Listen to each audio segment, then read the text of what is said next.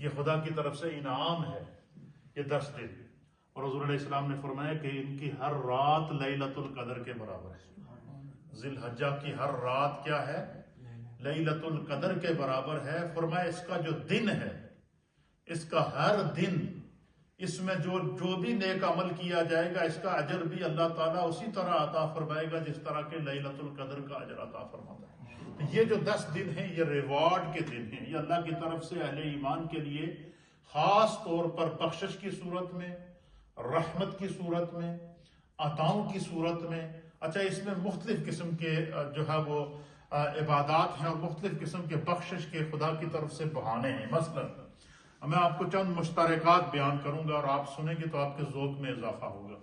مثلا حاجی ہیں، جب حج کے لیے نکلتے ہیں اور وہ شرق، غرب، شمال، جنوب، چاروں ایسٹ، ویسٹ، ساؤتھ اور نارتھ سے پورے ورلڈ سے حجاج اکرام جن کو اللہ تعالیٰ اس سال حج کی توفیق دے رہا ہے وہ وہاں پر جمع ہو رہے ہیں. اسی طرح ہر سال حجاج اکرام وہاں جاتے ہیں تو ان کی نمازوں کا اجر، ان کی جو ہے وہ مناسک حج کا اجر اور ان کی بخشش کا اعلانیہ اجر اللہ رب العالمین نے اور اس کے حبیب نے بیان فرمایا ہے. مثلا حدیث پاک کے اندر آتا ہے حضور اللہ نبینا علیہ الصلوۃ والسلام نے عرفہ کے دن کی فضیلت کو بیان فرمایا.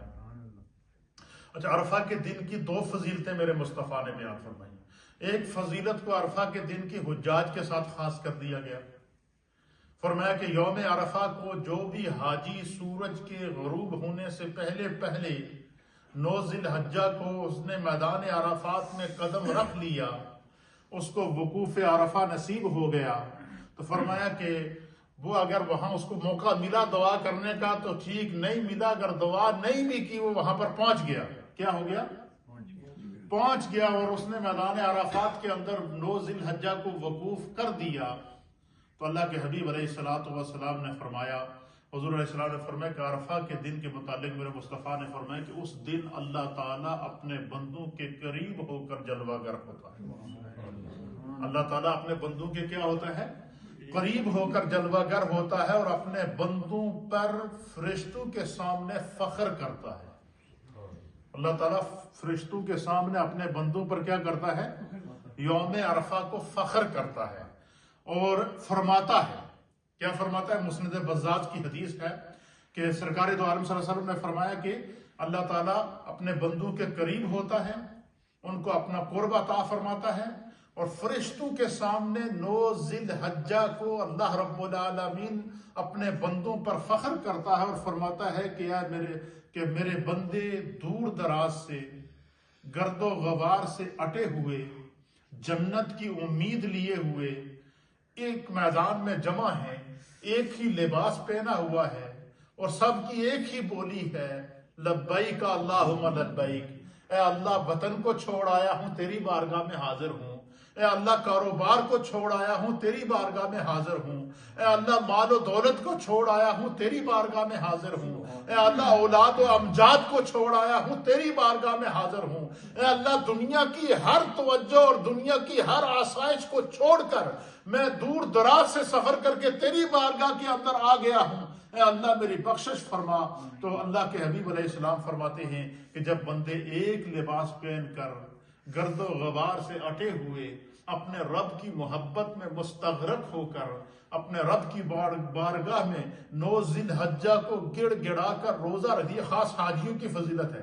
اس کے علاوہ پورے ورلڈ کے مومنین کے لیے 9 ذی الحجہ کی کیا فضیلت ہے وہ اس کے بعد میں آپ کی خدمت میں پیش کروں. وہ بھی حدیث ہے کہ نبی پاک نے کیا فرمایا کہ اللہ تعالیٰ فرشتوں کے سامنے اپنے بندوں پر فخر کر کے فرشتوں کو اللہ تعالیٰ فرماتا ہے کہ میرے فرشتوں ذرا میرے ان بندوں کی طرف تو دیکھو.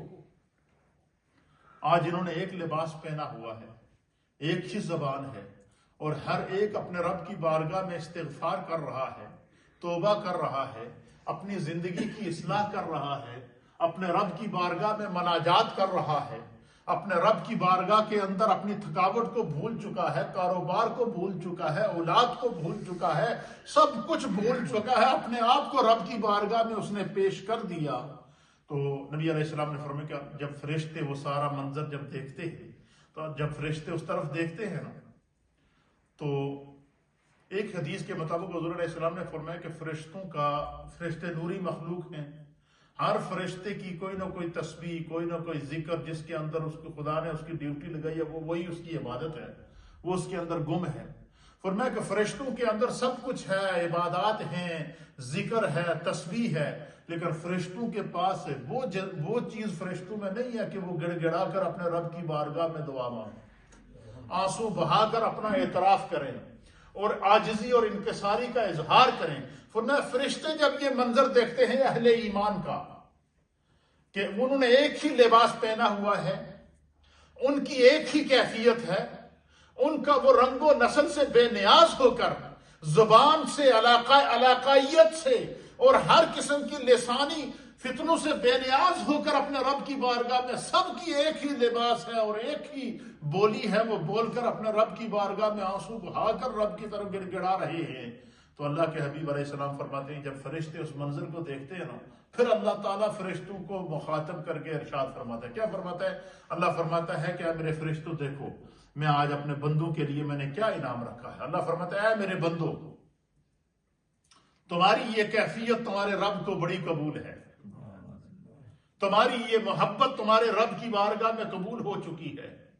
تمہارا دور دراز سے سفر کر کے اس میدان میں جمع ہو جانا جہاں پر کم و بیش 1.25 انبیاء اکرام نے کھڑے ہو کر رب کی بارگاہ میں دعائیں کی ہیں، جہاں پر اللہ کے ہر نبی نے حاضری دی ہے۔ اور یہ میدان عرفات وہ مقام ہے، یہ یاد رکھیے گا کہ میں نے آپ کے سامنے کئی دفعہ بیان کیا ہے کہ جب حضرت